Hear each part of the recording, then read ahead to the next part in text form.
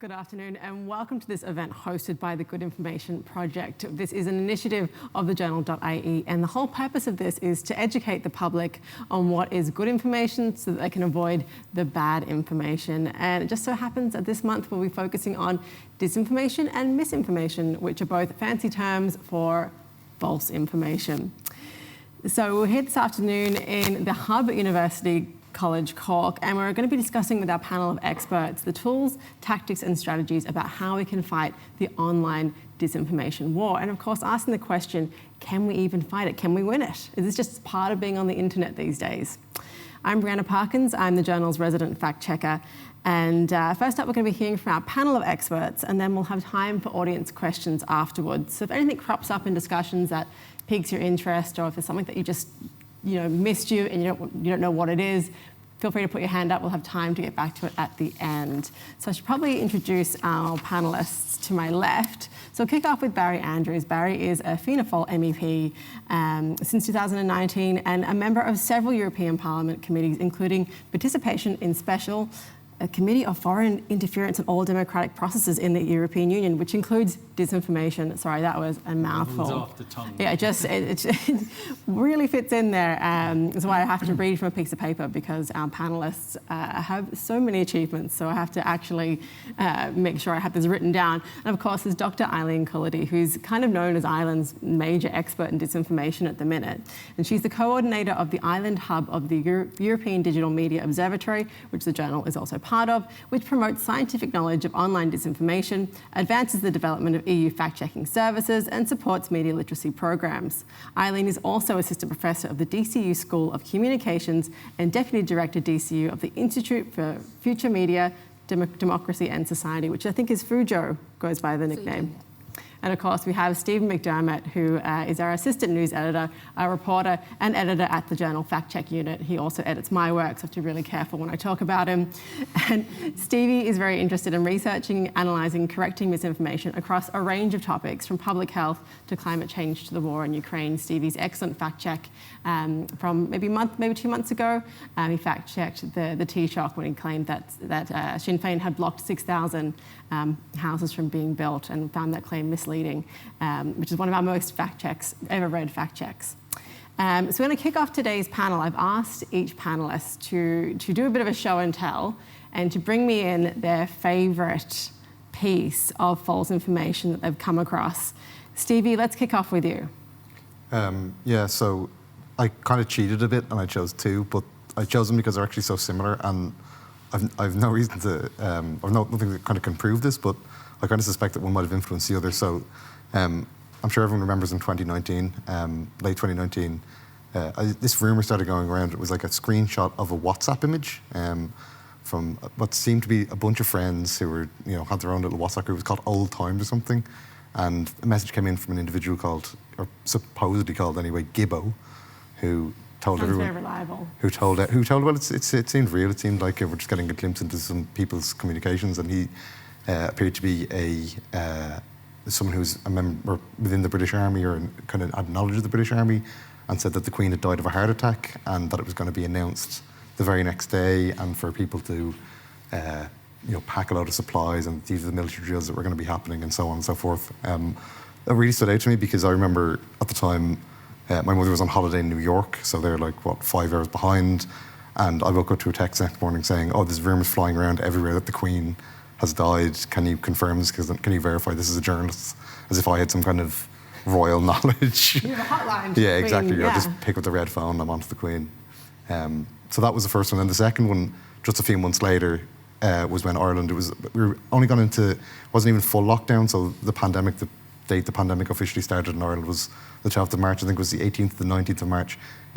Really, really similar WhatsApp voice message went around from someone who was supposedly within the Defence Forces, said, "Here's a military drill that's happening. Ireland is going into status red lockdown." Again, completely unverifiable. They said, "Oh, that an official announcement will be made at this date," this huge moment of uncertainty. And it's kind of really hard to get to the bottom of that and say, well, this is why it's not happening until the government announces it's going to be the next day at 8 a.m. or 9 a.m. It's kind of hard for it to say that this isn't going to happen until that moment passes, and it hasn't happened. And it's like the Queen, we all know that the Queen is alive, but when all this misinformation floating around, it's very hard to disprove that. So. Yeah, I remember that was probably the one that everyone got. Everyone got the voicemail, and people started stocking up on dry pasta that day. But it was so widespread, and like people did buy into it. You know, mums, uncles, everyone was sending it on to us. Eileen, what's your favourite piece? When I say favourite, this could mean the one that made you laugh, the one that made you think, the one that's actually quite hard to disprove, or the one that was very effective. Well, of all the conspiracy theories that have gained prominence in the last few years, I've been really fascinated by the flat Earth conspiracy theory. So this is the claim that the Earth is not a globe, as we've all been told, and as scientists say, is really easy to prove that it's just a flat disk. And it's fascinating because it just seems like there's so little at stake there. It's not like vaccines where there's a massive implication for public health or some of the political disinformation. It just seems like there's very little at stake, and the people involved, they don't care about the evidence. And so the gulf between the people involved who seem to quite enjoy it, have this community, they meet up a lot, they make their own documentaries. Yeah, they have these conferences that actually look like they're really good fun. And then you have these scientists who are just exasperated because to them it's just this ultimate rejection of scientific evidence. And I think it's interesting because it maybe suggests that what's driving conspiracy theories doesn't have a lot to do with evidence, and if we focus too much on that, we mightn't be getting very far. But secondly, whenever I hear scientists say, you know, the physics is so basic, I just think it's so basic, but I wouldn't know how to disprove them myself. And I think a lot of the claims that we talk about, there is this challenge of we have to just assume the authorities are right. So it kind of addresses that as well. We hit upon that. We did a debunk recently. There was a picture of an ice shelf in Antarctica. That's the wall. That's where you hit the edge, and that's where the Earth stops. I was doing this fact check, and Stevie's like, yeah, but you have to write about the physics. And I was like, yeah, I know I have to go and ask physicists why the Earth can't be flat. And it's actually really difficult to do because you have to learn about the curvature of the Earth and things spinning around to actually disprove something that you would just take for granted as knowing it's the truth, because fact-checking has that higher burden of proof. You have to really be able to show you're working. So I went down the rabbit hole for about 2 days looking at why the Earth has to be round. That's a really, really good example. And Barry, what's your piece of information?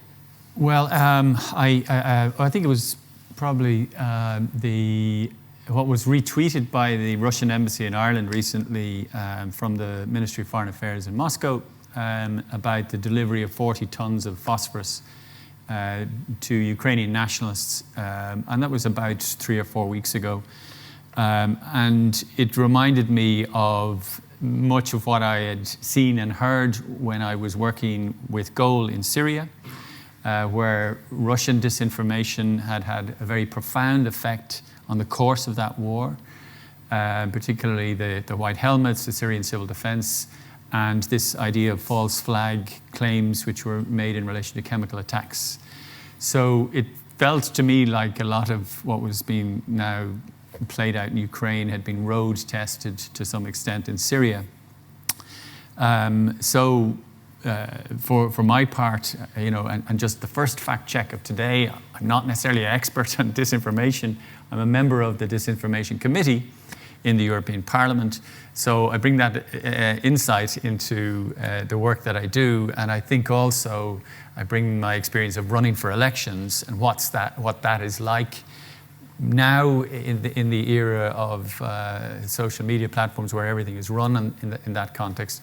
And back in 1999 and 2002, when I started running for election, and none of this was part of the way in which we had to run these elections. So that's that. I mean, there's so many other examples. There was a successful one in relation by the Russians in relation to U.S. providing biological research into biological weapons to the Ukrainians, which is all part of that same false flag narrative, which we have to be pretty careful about. So there's a bit of an anticipation there going on in terms of identifying that kind of narrative in circulation at the moment. Yeah, we're going to continue on with Ukraine, just because I feel like we're seeing in real time how parallel online information war is happening alongside a military conflict. And we know that propaganda has been part of war, since we've been studying it, and it's been around basically. But is there something different that we're seeing now, Eileen? Yeah, well, I think Barry's absolutely right when he goes back to Syria, because, well, it's true that across wars throughout history, there's always been these processes of dehumanizing, of denying that atrocities have happened and so on. But it was in Syria with this explosion of digital media, which became very important to document atrocities. And then there was these narratives just denying that those atrocities, so you just deny that the images are real, saying that the people involved are crisis actors. And with Syria, one of the very peculiar things was just the different stakeholders or different people who came to share that narrative. So there was the Russian disinformation narrative, also a lot of US conspiracy theorists who would say that a lot of mass school shootings were just crisis actors. So then they would endorse the idea of that, well, there are crisis actors in Syria, and now they're saying there are crisis actors in Ukraine. And I think that's one of the maybe scariest things at the moment, is that you just get these very strange bedfellows that will happily overlap and sell each other's narratives, which can be very confusing then if people are just seeing that online. And it's leading to a lot of that whataboutery as well. Can I just pick up a point there? Because the White Helmets are the Syrian civil defense. And they were the subject of a disinformation campaign in Syria. And this was picked up in not just in the European Parliament, but also in the Irish National Parliament by certain far-left politicians. And they repeated these narratives, and it had quite a calamitous effect on the White Helmets and in their operations. We do see, people immediately think of far-right amplification of this Russian narrative, but in fact it also happens on the far left, more so in Ireland. Recently because you were quite critical of your two fellow MEPs. Well, there was a convention in the European Parliament that you didn't speak up against your other MEPs from Ireland. We wore a green jersey. That was the convention for 20 years. But that was the one issue where I drew a line. Now, I gave a speech in the Parliament criticising the far-left MEPs, although I gave the speech in Irish. I don't know why I did that with simultaneous translation.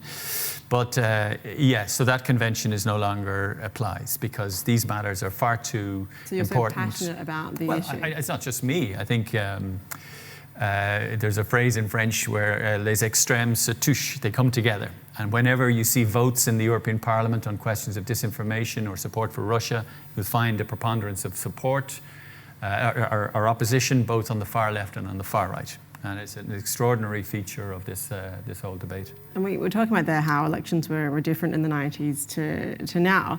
And unlike other conflicts, this is sort of one of the first we're seeing broadcast on TikTok. We're almost watching this live streamed. I'm getting, my TikTok is now videos of Ukrainian soldiers doing dances to like Cardi B on tanks. It's a very bizarre thing. And the internet seems to enable false information to spread faster and wider, but we're also seeing these large OSINT communities being able to pull together to verify footage and document war crimes. So, Eileen, do you think the online world is helping or hindering accurate information about the Ukraine conflict? Well, I think the development of the open source investigations, which came from Syria, so the innovative outlets like Storyful here in Ireland come from that time as well. When a lot of the news media were saying, we're getting these unverified images and videos from Syria, we don't know what to do with them, and then people came along and said, well, we can verify them. And that's emerged into this very vibrant community. The question then becomes, though, how are they funded to do that investigative work? So a lot of those have taken funding, say, from the European Commission or from Google, and then they're accused of not being fully independent by the same disinformation actors. And I'm not sure that the public has a good awareness of that open source investigative work. So I think there's a bit of work to be done, even with things like fact-checking, to explain what it is, what it's trying to do, and that maybe then there would be, people would find it easier to know where to go to actually get correct information. And Stevie, what do you think in the fact-checking realm? I know that we're able to go on Google, we're able to check satellite images in Google Maps and even weather reports, and reverse Google image search has been such a godsend to us. But on the flip side, we're now having to fact-check a hell of a lot more because there's more of it coming in from every angle. Do you think the internet is terrible or wonderful when it comes to fact-checking? I mean, I don't think it's a good or bad thing. It's just that it's a space. It's like information is out there in the world. We've always had ways to disseminate information. It's great in the sense of, in the way even journalism has changed in the last number of years, where something you'd have to go down to a library for before, or to kind of ring a lot of people. Now you can find like very, very, very quickly. But like you say, the flip side of that then is that there is more information out there to debunk. You see instances of something that has been debunked in one language and it gets kind of translated into another language, and people can kind of learn off each other quite quickly. And I guess the other side as well is you have online communities where people who might before have been more isolated in their beliefs can link up with each other, and it doesn't have to be like people within the same physical community. It can be a big global community, and that creates its own echo chamber as well. So there are benefits journalistically, absolutely, but I do also think that it has probably enabled the much more rapid spread of disinformation that we're seeing, and allowing it to kind of morph and change. And I think the other really important thing to think as well is that there's quite often what I call it's like a spaghetti effect with misinformation. We see it a lot with Russia, so they just throw spaghetti at a wall and see what sticks to it. And when you have no limit online, like how many tweets are sent every second, how many people are posting on Facebook every day, a certain amount of that will stick, no matter how outrageous it seems, and no matter how ridiculous it does seem. Someone's going to pick it up somewhere, and it's going to travel along, and just keep going. It's actually a real challenge to us, and yourself as fact checkers. There's very much a whack-a-mole thing going on where you think you get something and it just crops up somewhere else, or crops up in a different form. So I don't necessarily know what the solution to that problem is, but certainly, as I say, the internet does also help in the ways that you can research that and try to debunk it. You talked about the spaghetti tactics, spaghetti at the wall tactic, which is, I love, it's a visual description of what's going on. Can we talk a bit about the classic tools? Is there a bit of a playbook to disinformation? Are we seeing tried and true tactics being used again and again? Yeah, speed is another one I would say. Misinformation always thrives where there is moments of uncertainty. So you see something like, again, I go back to the examples I used of that status red lockdown warning on WhatsApp, when nobody knew what was going to happen. We were in this completely, in a modern sense, unknown place. Like governments are introducing public health restrictions that are stopping people from travelling 2 kilometres outside their own home. Shops are being shut. Can't go to school, you can't go to work, you can't go to college. And something like a status red lockdown is very, very conceivable. And of course, that's turned out not to be the case. But like where you have the kind of a narrative that can be disseminated quite quickly and gets out there, that helps the spaghetti stick to the wall in this instance. So it's almost could be semi-true almost. Yeah, exactly. Anything that is believable. If something rushes in to fill that space, that's where it starts. Obfuscation is the other big one. I think some of the most sticky disinformation narratives are the ones that have an element of truth in them. One of the best examples of that I can think of is kind of towards the end of last year, let's say September, October.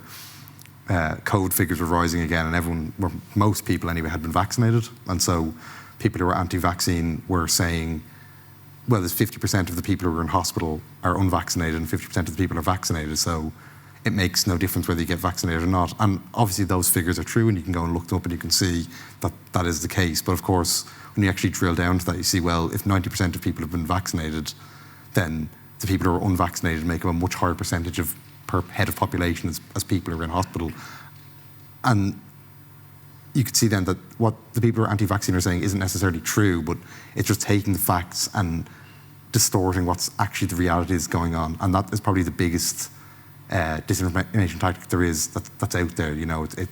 It's convincing people when they even go to do their own research that what they see will be true, but when you miss context around something, that's again where misinformation thrives as well. Yeah, I mean, stats and figures can be manipulated, and let's face it, no one wants to go back and check the numbers. If you don't have a maths brain, it's incredibly tricky and boring, and you don't want to necessarily get into it all the time. So it's definitely one tactic that we're seeing. Barry, is there anything that you're seeing on the committee coming out time and time again as a thing that we should keep an eye on?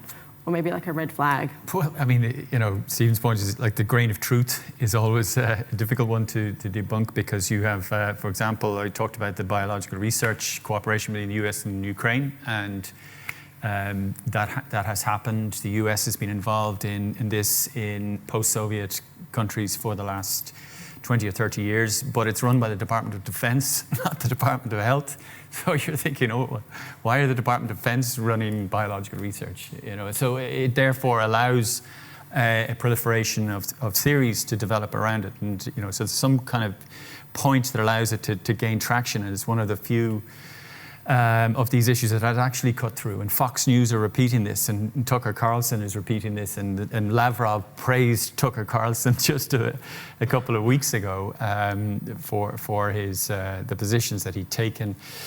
But I think we also what we saw in the committee is a common thread through conflicts where journalism isn't present.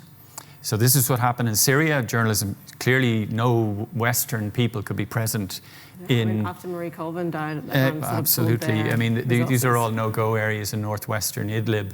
And so there was, there were local journalists, but there was no major institutions present there. So, Stephen makes the point that is the current age better? I think it's slightly better, because now we have, albeit there are places like Mariupol are very hard to reach.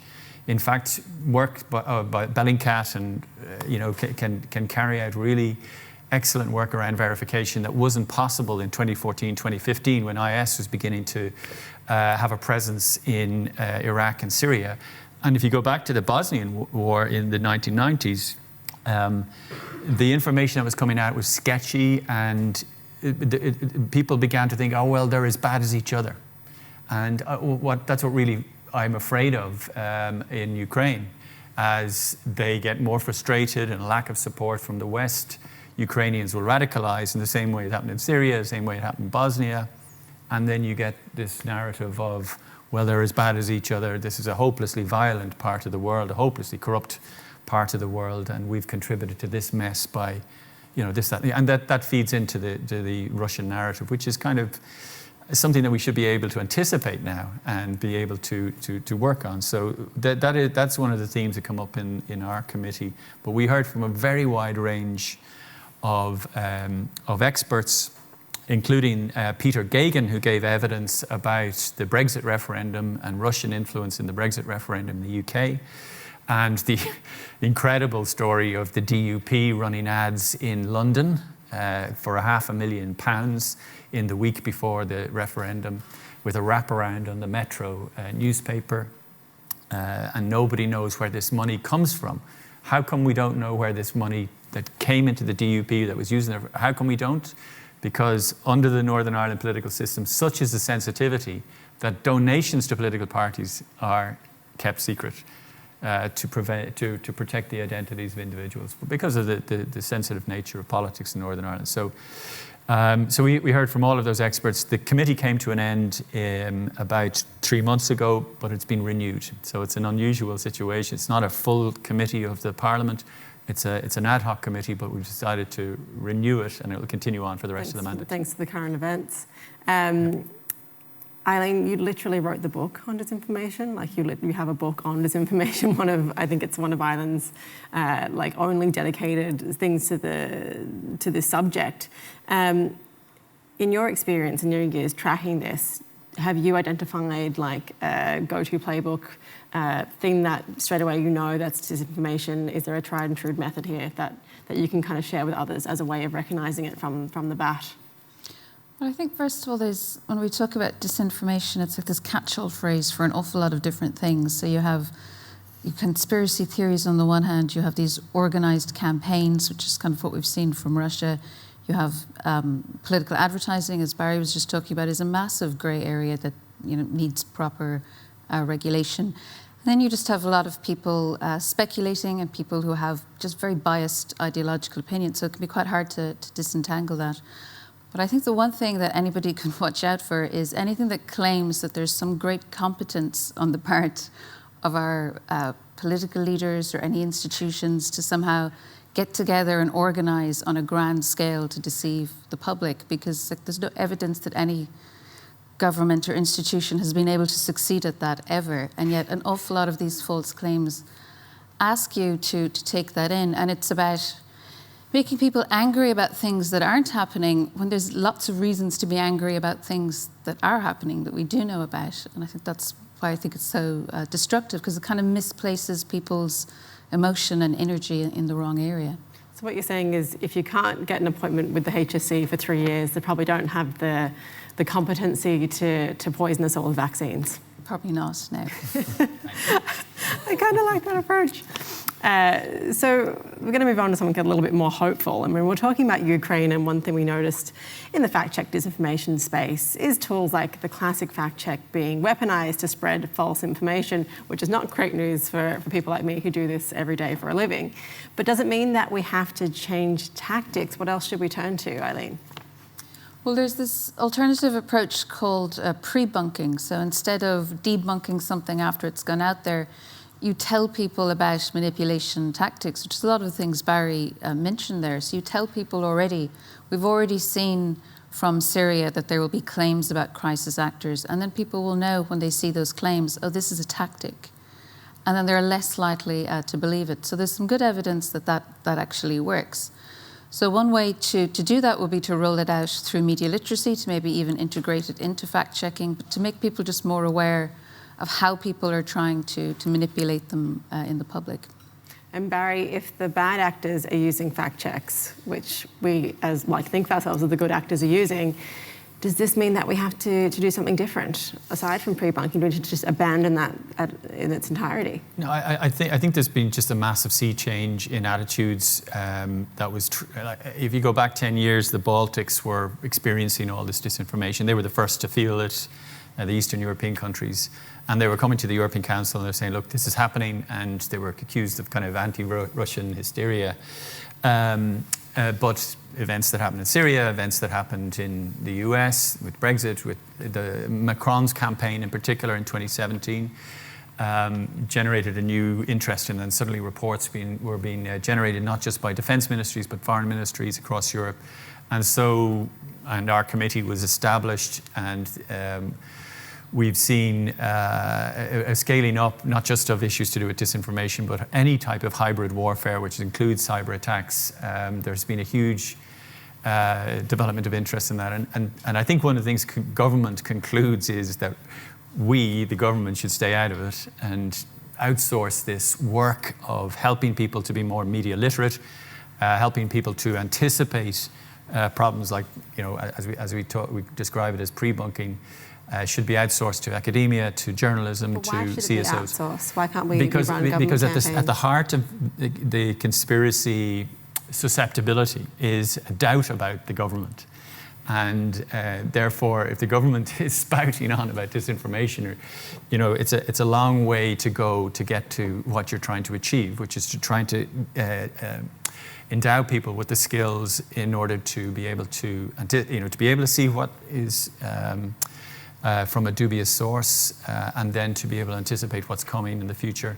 I think that work is best done by CSOs, by academia, by journalism in the first instance, and that's where it's come from. You mentioned Storyful, Bellingcat are doing the same thing, and they're arming people, and now people are much better able for it. But the one thing I will say is there is a certain hard-to-reach part of the population that are still hard to reach. Who are these people? I think, for example, during the pandemic, a lot of the new communities in Ireland were really not interested in being vaccinated, and I'm not, to a certain extent, they were influenced by disinformation about the vaccine. And there are studies done about the need to segment the population to people with higher educations, people with lesser educations, age groups, and to tailor the response to the segmentation of the population that's necessary. So I think that's coming along. So I must say, I'm quite hopeful about this area. Maybe it's because I'm stuck into the sort of problem-solving side of it in the Parliament. But I just say one thing is it's about trying to protect democracy, because essentially disinformation seeks to undermine democracy, and democracy is in retreat across the world. It really is this democratic recession, and disinformation is part of the way that democracy has been undermined at the moment. So it's really critically important, but I would consider the situation to be improving. Just picking up there on talking about tailoring your message to populations. So we at the Journal commissioned a poll from Ireland Thinks, and we found that 68% of our respondents said that a fact check had not changed their beliefs or opinions on an issue, which was depressing enough, right? But then when we looked at the demographics, and things changed rapidly when we kind of looked at age, education, people's backgrounds, class, and what they were earning. And the results, they went to, so people under 40 with a university education and an income over 50K were more likely to have their mind changed by a fact check, whereas older people with lower incomes who maybe hadn't gone to third level education were less likely to have their minds changed by a fact check, which was genuinely surprising because my parents are massive nerds for fact checks and they're older people who didn't finish high school. So when we're looking at this thing, do you think we need to change our tactics of fighting false information depending on our audience? Do we need to kind of, maybe fact checks work for these people, maybe something else works for that person, Stevie? Do you think we should be changing it up? Yeah, I thought one of the more interesting points in that poll was I think the percentage of people, like one of the questions that we asked was, have you spotted misinformation? Have you been susceptible to misinformation? And one of the highest levels of people who said that they hadn't seen misinformation or been susceptible to it were people who didn't vote. People who are like not engaged in the political system, the exact kind of people who, when we're talking about conspiracy theories, are the ones who are kind of saying, "Oh, the system is rigged. Oh, I don't believe in this." But obviously would think, well, something that we at the Journal would say that's misinformation. They would call us like the fake news media or whatever. When you're talking about kind of trying to change tactics, those people are going to be very, very difficult to reach, particularly because they think that, again, people like the Journal who are doing fact checks are stitching up the system in such a way that is like, leaving them outside of it or such like that. I think there's obviously people who you can't reach, but it's time and time again when you hear about, what conversation can you have with people. I think empathy is a big thing.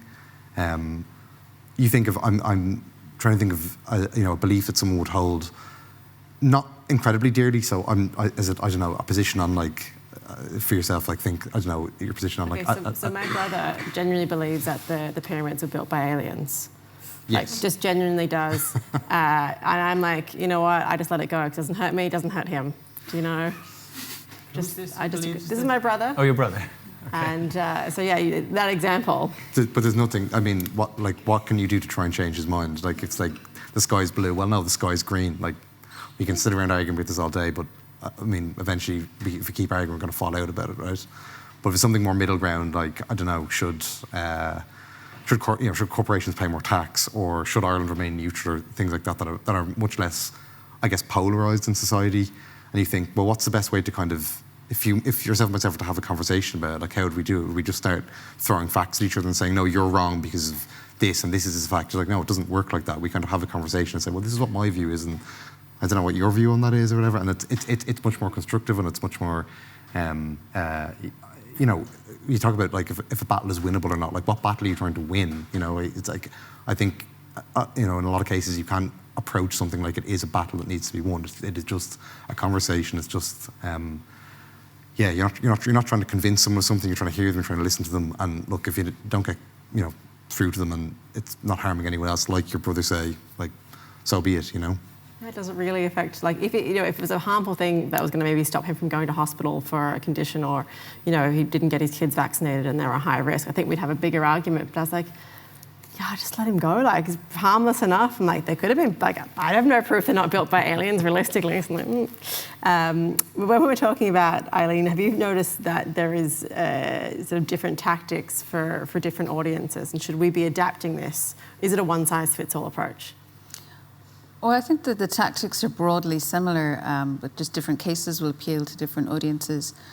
But I think what you were saying about whether the fact check changed people's minds, it's probably not the criterion of success for a fact check. The fact checks don't have to change people's minds. It's very unlikely that they would, because it's very hard to change people's minds. If you think about so much money and effort goes into things like political campaigning, it's really, really hard to persuade someone, or advertising, to persuade someone to buy a particular product, to vote a particular way.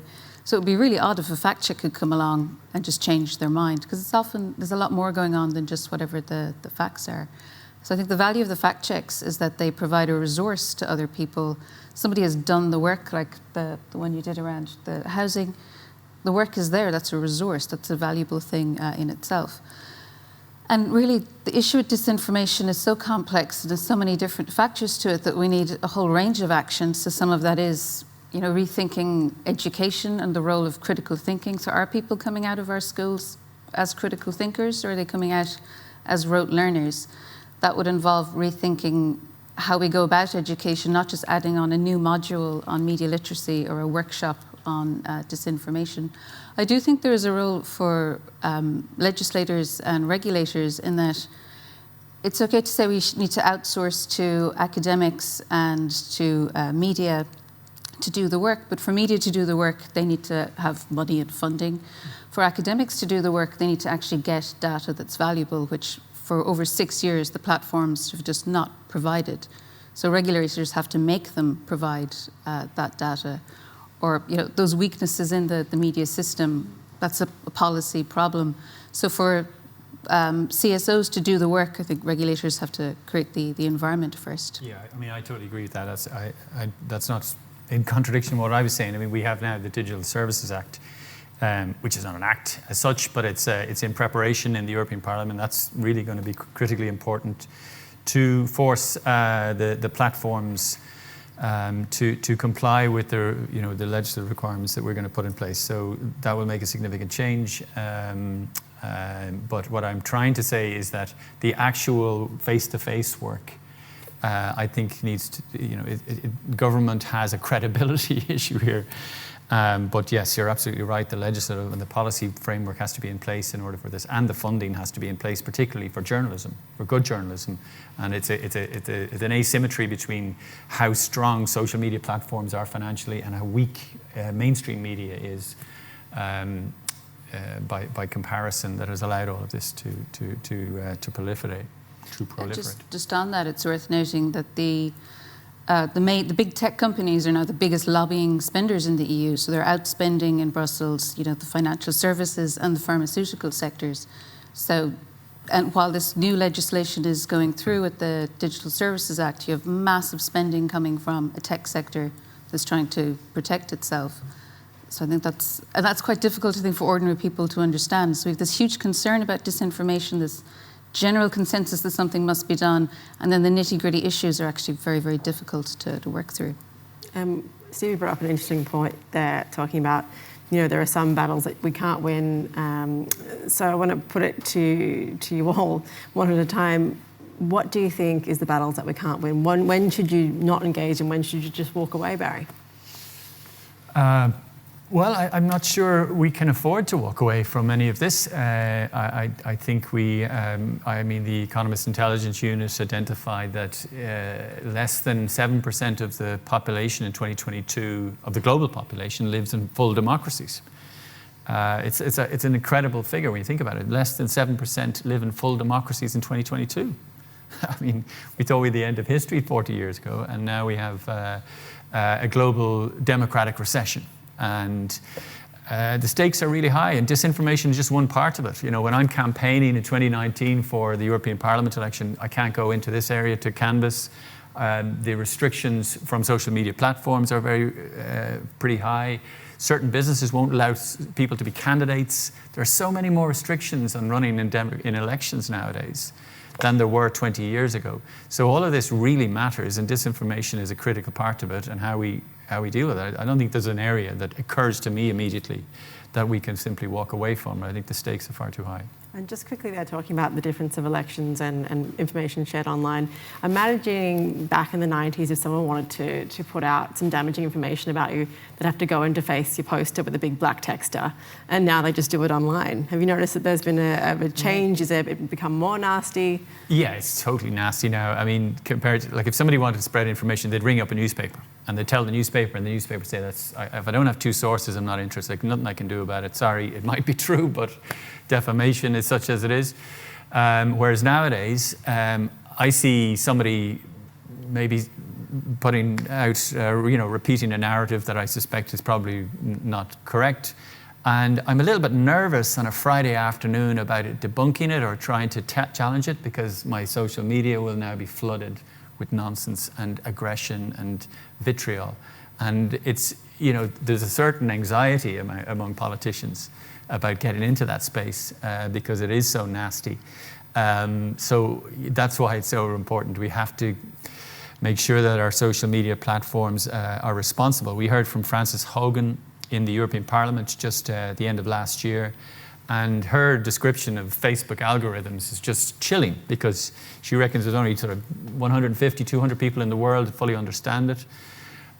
So what chance of regulators? And she says with the flick of a switch we could change, we could protect children, we could take away all of the divisions that are created by the way the algorithms operate. That was her testimony to the European Parliament. She did the same in the Congress. And so, there's a huge amount that we have to absorb in the legislation that's going through at the moment. And Eileen, are there any audiences that you would just go, you know what, let them go, I'm not going to try and reach them, debunk them? Is there any arguments that you think that we should walk away from?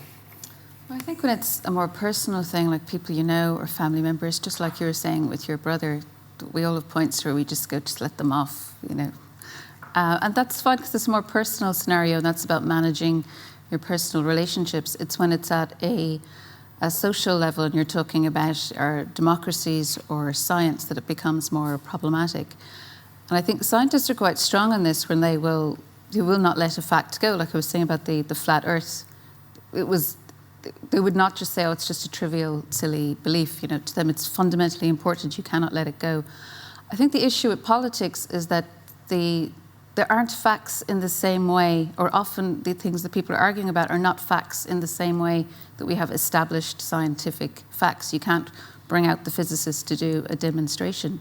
So one that we come across a lot in DCU is around migration, which is one of the topics that just attracts so much vitriol and ideological opinion, and then just disinformation campaigns all over the world. But if you look at the academic literature, if you were to try and fact check it, academics have not agreed for the past 40 years about whether there's a relationship between migration and crime. And that's one of the most common disinformation topics. So they'll put out this story saying that, there's a wave of migration, crime has gone up.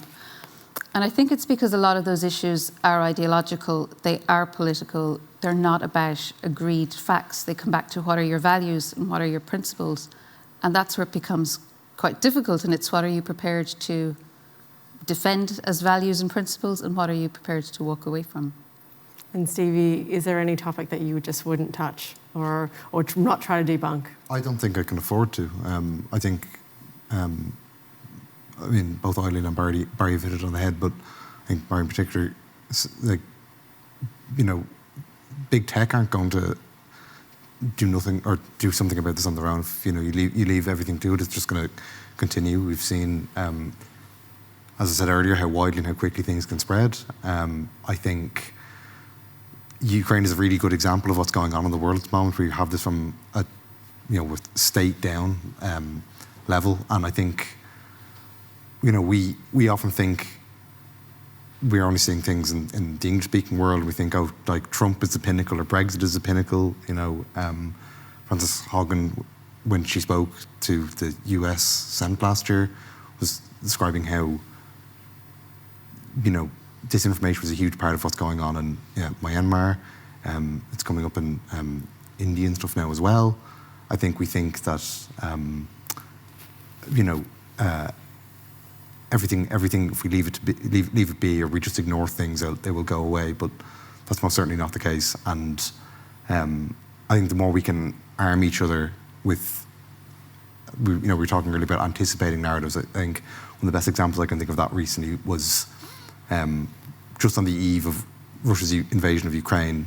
We were given a European briefing about kind of the narratives that Russia had been drumming up over the last several years before Ukraine. And then Putin gave us a big speech and repeated some of those narratives about how Ukraine was suppressing Russian-speaking people in the east of the country and all this sort of thing. And when you're able to be aware of that, as a news outlet, okay, we've got to be very careful about not repeating those claims, so that you get a situation where, I'm sure people saw Dave McCullough's interview with the Russian ambassador to Ireland, Yuri Filatov, in the news on the 6th one, where he just skewered all of the fake news lines that the ambassador was coming out with. It was a masterclass in interviewing for our students out there. But just live debunking, and when you can do something like that, you really, really take the power out of it. But if you're not prepared for something like that, you can't do that. And so, like I say, like the disinformation narratives that we've started to see over the past few years, like they're not going to go away. And no, to go back to the question, like I don't think then, as a fact checker, you can kind of say I'm going to step away from that because it's just too,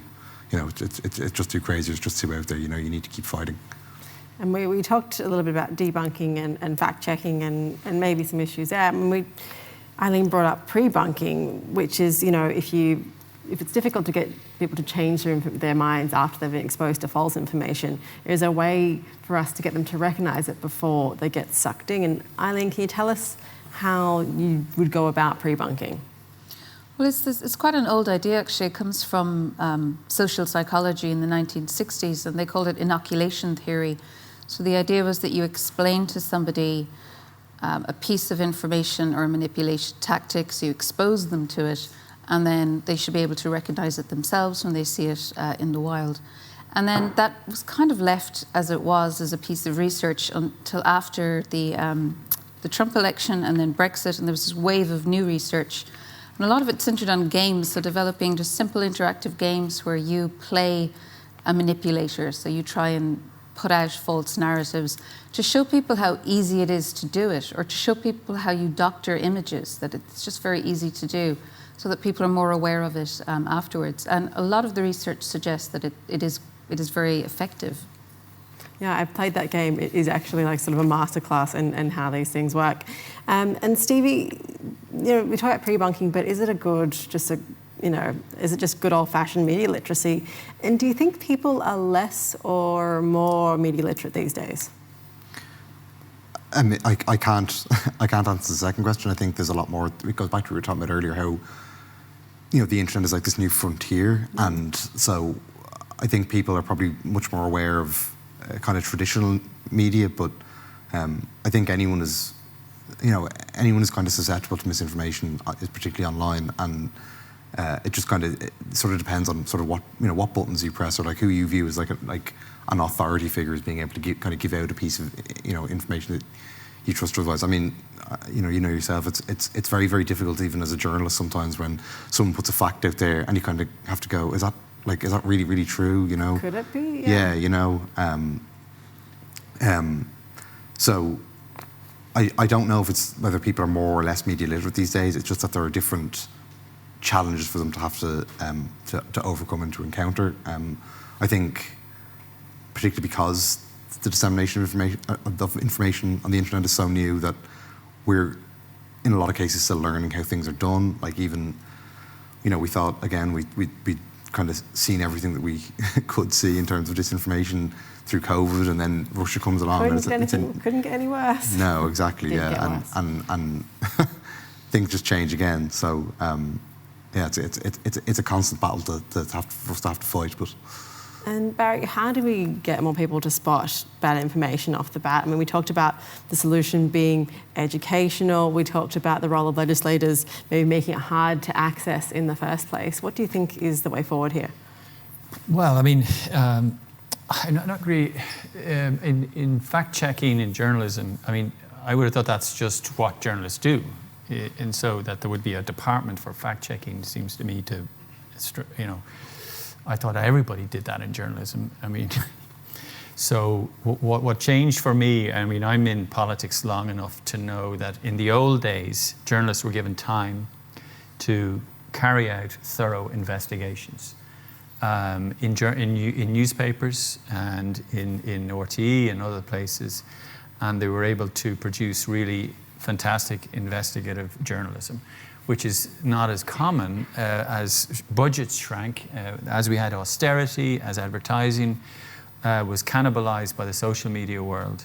And so I think I think journalism has improved in the last few years in being able to challenge these narratives and take things on. And I think that's really critical. But I think Eileen pointed to a problem here, which is if these exercises that we're having right now are financed by the European Commission or the Irish government, that creates a problem with credibility for an awful lot of people, particularly those people that are hard to reach that we talked about before. But I think that, one of the recommendations we had in our initial report 2 or 3 months ago was to provide much better financing for journalism. If it's possible to do that without infecting journalism with the government stamp, which is really a difficult thing. So I really feel journalism has to play a huge role here. And what I make that point about fact-checking because I think that that should be the core of what journalists do anyway. I mean, when we talk about journalism, there's always my favourite thing a journalism teacher ever said, and it's the one always repeated, that if one politician says that it's raining and the other politician says that it's not, it's your job as a journalist to stick your head out the window and find out. But in the cycle of news cycles, you don't always, it's not as simple as sticking your head out the window. It could be looking through like 6 years worth of expenses reports. So then is the onus then on politicians not to spin in the first place and not to put that information out there? Well, spin is a bit different to disinformation, isn't it? I mean, well, it's an influence. I mean, not all influence is disinformation. It's you're trying to say, marketing is a bit like that. This is the original and the best. We're going to make Ireland a great country again, and we make all these. I say make Ireland great again. It's probably not a great phrase that'll travel too well in Ireland, but. So disinformation has that element of deception, deliberate deception, and it has that, and it has to be deliberate as well. So I think what politicians are doing, I think what politicians have to face up to challenging this stuff when it comes out, and it is difficult for the reason that I pointed out. Once you get stuck into that swamp of disinformation, you just end up with absolutely horrendous stuff on your social media feeds then, and it's quite a challenge, really. And before we move on talking about the EU and Irish response, I just want to ask both Eileen and Stevie, who are the people spreading this? Who are the spreaders? Is it politicians? Is it troll factories? What are you seeing out there, Eileen? Who's doing this, and why are they doing it? For money, fame? What's the point? I think money is an important one that's often overlooked, particularly in Ireland. There are a lot of people who are just see it as a very easy way to make money, especially when COVID hit, that you could start soliciting funds for various legal cases, treatments and other things, and it's a nice way to build up a profile. Also, the way social media works is if you build up a profile, you can then sell advertising. There's an incentive to get an audience.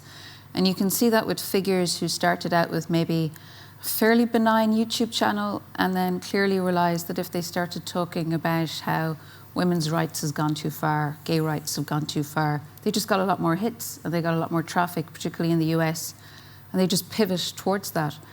A lot of those people, I don't think they actually believe a lot of stuff they're saying, but it's a way to make money. And then of course you have people who have very ideological beliefs. So we see a lot of people who'd be aligned towards the far right and the various terms that are used for that. And Stevie, who are you seeing out there? Because you did fact check a politician, but you have also been tracking the weird and wonderful world of other disinformation spreaders out there. So what's your opinion on that? Weird and wonderful is a way to put it, all right. I think just to add to what Eileen said as well, I in a lot of cases it's tied to people who are looking for money, but I think status is a big thing as well. And particularly when you mentioned kind of fringe political elements who are looking to kind of gain a foothold in more mainstream politics, and they're trying to capture people who've been sort of whether it's left behind by the political system or have no faith in it anymore. But for them to be able to see we're relying ourselves to these narratives that no one else will touch because political correctness has gone too far or anything like that. They're sort of sweeping up what's there around the edges. You can't put just a label on who's spreading out or who's out there spreading misinformation. It just comes from all across society. Like it was a kind of very interesting thing, and particularly in the UK, a little bit here, but during COVID, where you actually had this, link up of people who were just kind of on the fringe. It wasn't necessarily people who had like a very, very right-wing point of view, and there's kind of people who were like, maybe would traditionally have held, quite left-wing views as well, but just a general distrust in sort of authority and what's the official narrative and things, is where these people are coming from. But you can't just say, it's from one aspect of society and that's it. It's kind of just taken over everywhere, really. And when we talk about Ireland compared to the rest of Europe, do you think Irish people are more particularly vulnerable to misinformation? Do we have our own special local brand of misinformation? Are we different to what we're seeing out in the EU, Stevie? It's kind of funny. I don't think so, in the sense that I go back to what I said earlier about the internet is like, the internet's not based in kind of one country. It's this kind of global disparate thing, and we see narratives that are imported in here from the US. It's kind of funny that the people on the right here would be kind of, you see them quite parroting the language of Trump, and they're hitting out at liberals here, and it's not like we have like a liberal party here or anything like that, so everyone's kind of influencing each other internationally, but in a sense we also do have our own kind of ecosystem. We have very prominent spreaders of misinformation here, who are globally renowned, particularly when it comes to COVID-19 and vaccines, through whatever profile they've gotten. And again, I think that's almost the reverse of that effect, where I said that you can see people who spread misinformation here importing language or themes or tropes from abroad. People have seen what we're doing here, and one or two individuals in particular who people say, oh, they actually know what they're talking about, they're going to go further afield. So we have that as well. But I guess the other interesting thing that we've noticed as well is that the European reports we get, you often see at the end of every month which fact checks or which narratives have been fact checked appear in each country, and quite often you see Ireland is kind of standing on its own and doesn't really have a lot of what, say, fact checkers in mainland Europe are fact checking. I don't necessarily know why that is. Whether it's because, again, you've got Germany up close to France, or you've got people who are speaking German and in Germany and Austria, that kind of thing. But I can never tell why they don't gain as much of a foothold here. It's not like people crossing the border going for work or something in the same country, and they've got to travel over to Ireland, via the plane. It's just, I don't know. It's a very unique thing. We don't have a far right party here now. We have far right parties in. But in we the don't have sense anything like AfD in Germany with over 12 or 13%, or Marine Le Pen on 23% at the weekend. The Brexit party in the UK. We have nothing like that in Ireland. And I think the susceptibility thing is a little bit around social isolation, whereas in Ireland there's a very high degree of social capital, actually, where people are connected to each other. You're saying because we're friendly. Well, no, I think that's a little bit shorthand. It's interesting because we interviewed psychologists around this. But I think there's social capital in Ireland. We're some of the strongest volunteers in the world. We always come at the top of a global index in volunteerism and charity, which means also donating your time, and that's a lot to do with sport, things like the GAA, and these kind of social links in Ireland mean there's probably less social isolation in Ireland, therefore less susceptibility. But we also don't have a far-right party in whose interest it would be to propagate the kind of narratives that are gaining foothold elsewhere. That's really interesting, because of the GAA, we're maybe less right-wing and don't fear immigrants as much. That's a pretty interesting topic to study. Eileen, do you think we need an EU-wide response, or do we need a local response tailored specifically to Ireland, do you think? I think we need both. And just to pick up what Stephen and Barry were saying, I think Ireland's interesting in that we're a small English-speaking country wedged between Britain and the US, which have both been basket cases for the last 5 or 6 years. So when we do surveys in Ireland, people are very concerned about disinformation, but they don't necessarily see it as being a massive Irish issue. It's because they're watching it from the UK and from the US. We also, in comparison to other European countries, have quite high trust in traditional media, which is very interesting, because what you have in the US and in the UK is this collapse of trust in news media accompanying all of that disinformation.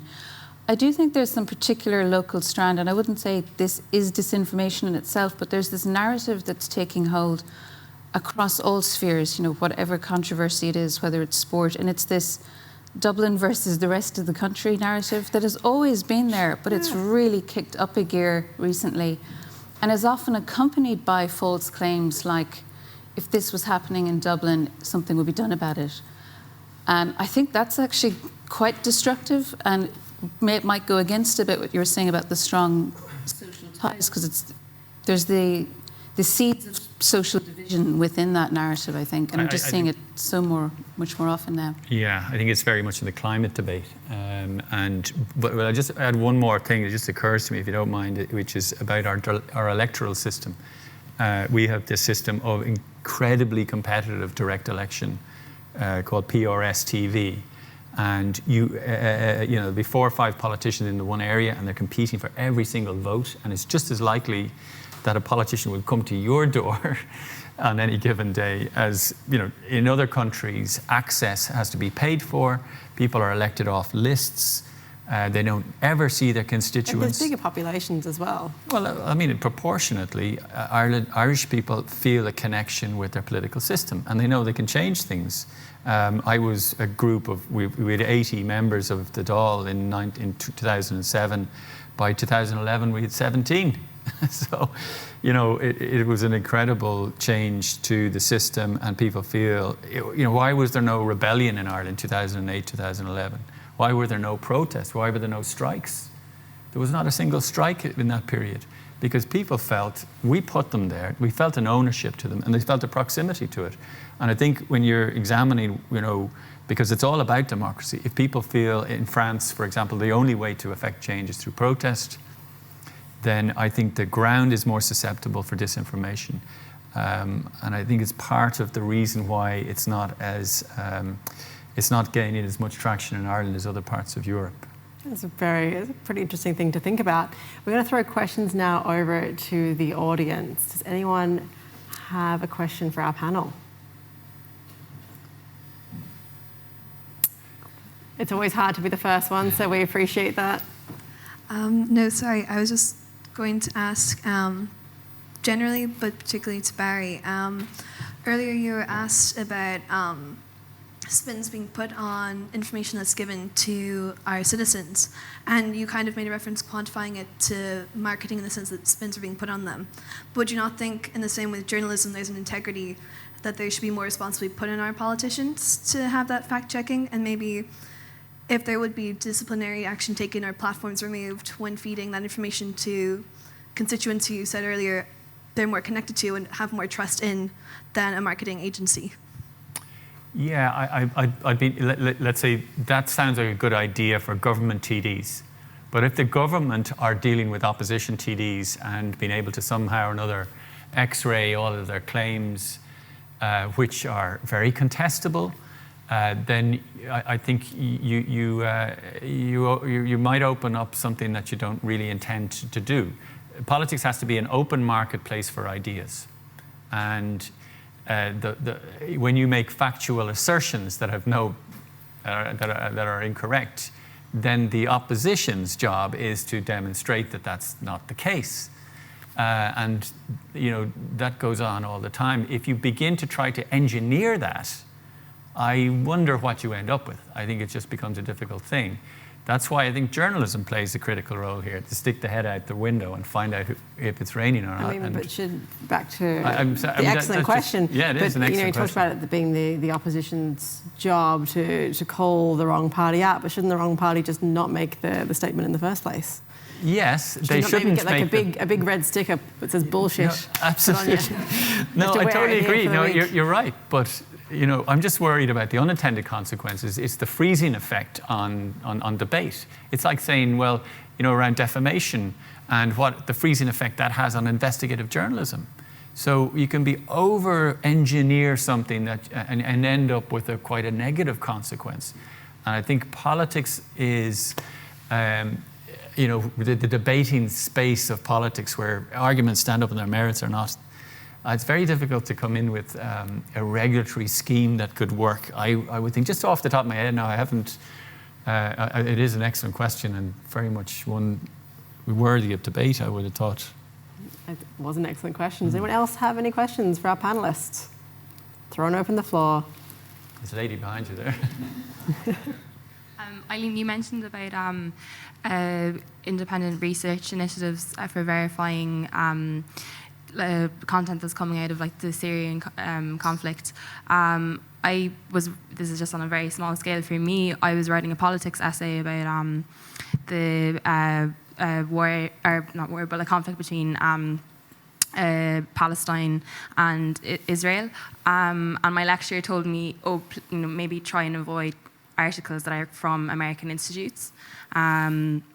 And then I was in a position where I didn't know what website to go to, which was completely verified and would have authentic information that was independent. And obviously, you're saying Google is funding these initiatives, but how do you make a platform that people will go to and there's nothing in their head going, oh, well, is there a connection to, you're saying Google, but like my lecturer told me, avoid kind of American influence.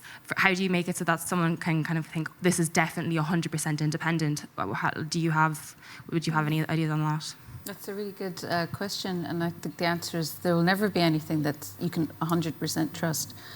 And that maybe, I don't know if this is an optimistic or a pessimistic thing, but in the past, before we had the web and the internet, we were very reliant on books, and we were told to trust the book, whatever's written in the encyclopedia. In our house, we had the Encyclopedia Britannica, which had a whole bunch of nonsense about cricket being Ireland's most popular sport. So I knew not to trust anything that was written in this book. And there was nowhere else to go. You couldn't get information anywhere else. So the internet was amazing to open up knowledge, but then it opens it up so much that the burden is now on each one of us to go, do I trust this?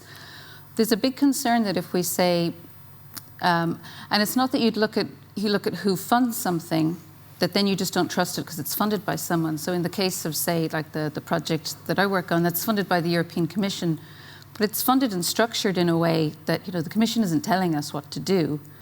And that's what's really difficult to understand. And that's where I think the critical thinking and just educating the public more about how do you go out and do that work. But that's not easy. And to be realistic, it's great that you went to that effort to look at who was funding those things, but we can't all do that every single time. And we will eventually go, well, I generally trust that source, so I'm going to see what they're saying, but then maybe look at other sources and see what those are saying as well. So there is no easy solution.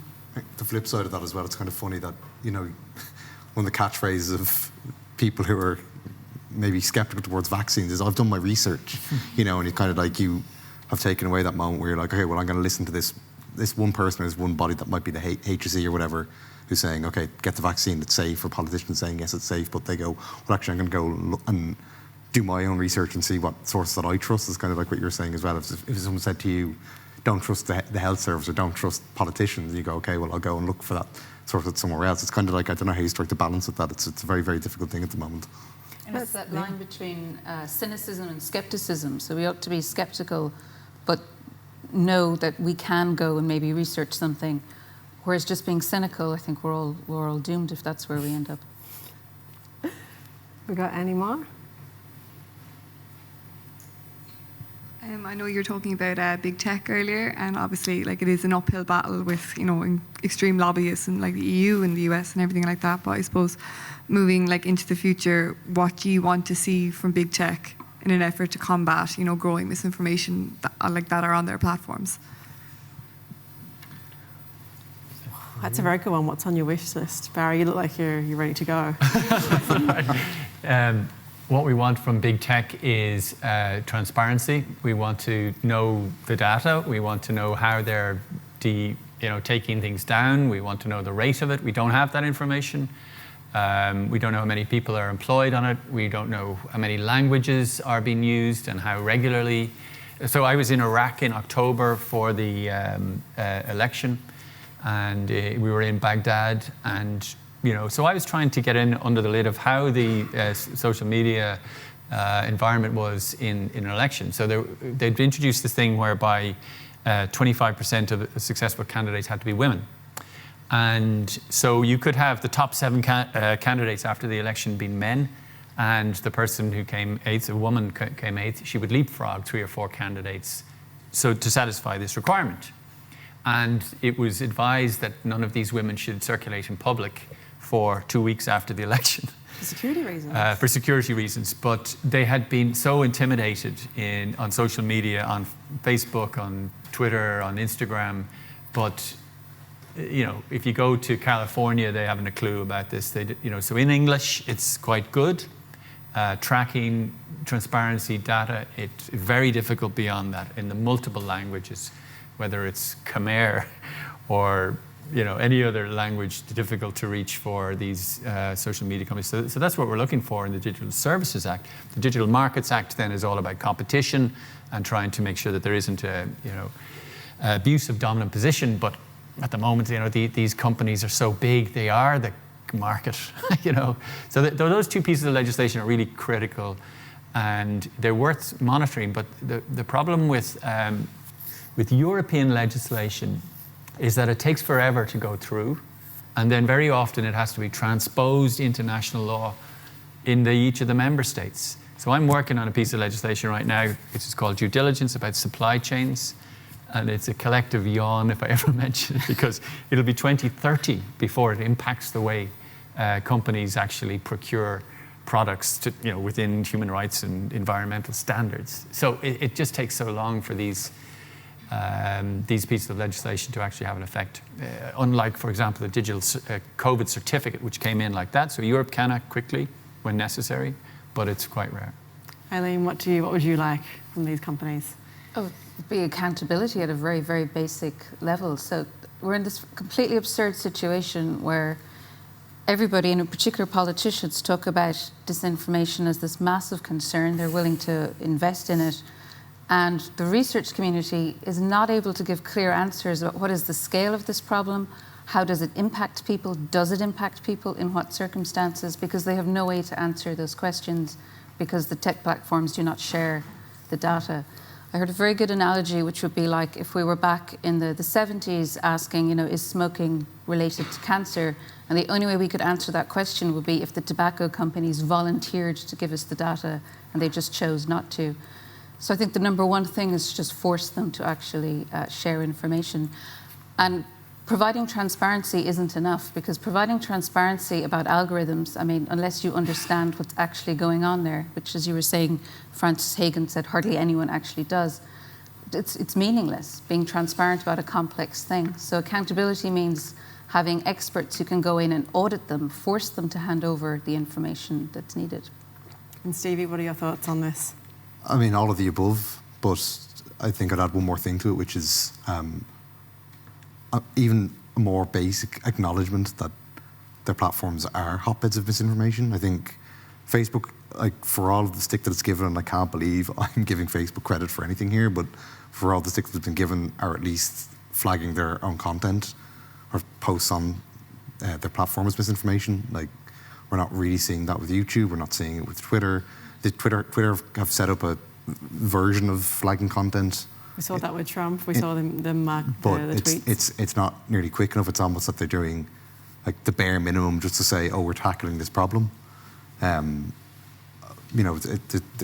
does work when you actually flag content and people see it, and you're going to have that leap between clicking into it. And the way, I don't know if anyone has seen it, the way the Facebook misinformation flag works is that, say there's a photo and it contains a falsehood. If it's flagged as misinformation on Facebook, it kind of goes grey and say this post is false and take Y to C. But even anything like that on the other platforms would be, a welcome first step. There's so much more to do, as Barry and Eileen have just said, but I would take that immediately if they can do it. Is there any other questions out there? These have all been excellent questions, by the way. You're kind of putting me on the spot here as the panel moderator. So I just wanted to ask, the Electoral Commission bill is before the Dáil right now. It's at second stage. What would you put into the bill to protect Irish elections? Because that legislation is in train right now. Well, I'm not in the Irish Parliament. People always say that to me, about Irish politics, but I don't know. looking under the hood of Irish legislation, we deal with European legislation. But what I would like to see is, I'm just astonished in 2019, because I didn't run since 2011, I was out of politics for a long time, that you can't canvass in any particular part of town, you can't put up posters in loads of places, people can't run for local elections because they're in a private company. You can't go into the financial services centre and walk around and hand out a leaflet. And don't be surprised then when people don't want to run for election, people don't show up to vote, and then RTE have to give 50-50 coverage so they don't bother at all. Yeah, so you've just got a ridiculous situation where democracy is in recession across the world, as we know, and what we have now is a shrinking space for democratic activity. And I'm talking about elections specifically. And the other thing is the electoral register, which is a farce at the moment. I don't know how to fix that, but I think we have a very healthy political system in Ireland, a very democratic system in terms of PRS TV compared to list systems in other countries, in that we're directly elected. You might say, oh, well, we don't get any experts, whereas in France, it's incredible.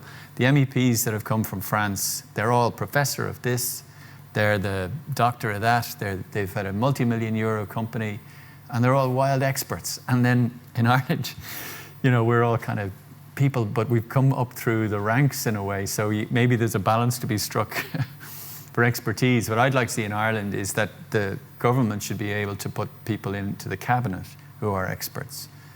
I saw that in 2008 when the country fell apart and we had austerity, and the cabinet was the same before as it had been, as it was afterwards. It should have been a major change in the face of the cabinet to bring in experts that were appropriate to the crisis that we're facing. But we don't have that system either. So there are deficits in the Irish electoral system, but I think it's been eroded very dramatically in the last 20 years. Eileen, would you make some changes? Well, on the communication side, I know there was an effort to look at online political advertising, which is actually quite valuable because it allows, it's quite cheap. So for smaller parties or new candidates, online political advertising is very useful. But at the moment, the platforms only provide very scant data about what kind of money was spent on that, who was it targeted at, and they don't have to provide it in real time, so journalists have no space to actually investigate those things before an election. So I think that's one thing. And then there's no effort to directly address disinformation, which partly because it's such a difficult thing to define. But if part of our concerns are what has happened in the UK with Brexit and just false claims being used during a campaign, it seems a bit strange to me that we're not even trying to directly get at that. Like, what are the consequences for a political party if they were to outright lie in an election campaign? Stephen, would you like to see some consequences there? Yeah, I guess, it's kind of difficult, and as Eileen said, how do you define disinformation and how do you, again, legislate for that? Barry's discussed the problem with that already. I think the regulation side of things probably isn't as strong as it could be. We've seen one political party in Ireland which would be not averse to spreading falsehoods about things, which is not really active anymore, but for the past couple of years has failed to file proper paperwork with SIPO, and SIPO essentially said that we can't really do anything about that. So I think, it's a clear example of a party that has broken the rules, and there's not enough strength to kind of combat that, and it's very, very low key and very low stakes. But you kind of wonder if something more dramatic happened. We've seen where the political system is used quite cynically and not fantastically regulated, what the consequences of that are in both the UK and the US kind of recently. I think, yeah, any more power that we can kind of give SIPO would be a very, very welcome thing, I think. Great. Was that our last question? I think that might be. Thank you so much for asking those brilliant questions. We do have one last question from myself, and that is going to get everyone to answer this one, and I want you to all to have a think about what you think is the biggest threat to the truth in 2022. Does anyone want to kick us off? Russia. In one word, in my opinion. Don't be subtle about it. Yeah, well, I'm sorry, but Russia has determined about 10 years ago that democracy didn't suit Putin, so he reinvented himself as a president again, and he had to demonstrate that the alternative to what he was offering Russian people, democracy, was weak and corrupt, and he spent the last 10 years developing these narratives and pushing through weaknesses in public policy in the West, and was highly successful in the area of migration, where we still have a mainstream view of migration as a security issue and not as an opportunity or cultural opportunity, not from a humanitarian point of view. We still have, I certainly count myself as looking at migration from a humanitarian point of view. We're still fighting that narrative. So these have come from Russia. It happened in Syria. It happened in Georgia. It happened in Chechnya, and now it's happening in Ukraine. It happened around the pandemic, around migration, with different degrees of success, and I think that's where the great source of it. I think China as well. More subtle influence exercises, even here in Ireland, which we don't have time to go into. So I'll stop there. Dr. Cullity, what do you think? I think it is the lack of consequences, because I've become obsessed with Boris Johnson's government, because it's just unbelievable how he and his ministers just lie on such a consistent basis about really absurd things. And there's no shame or dishonour when these lies are pointed out to them. They just keep going.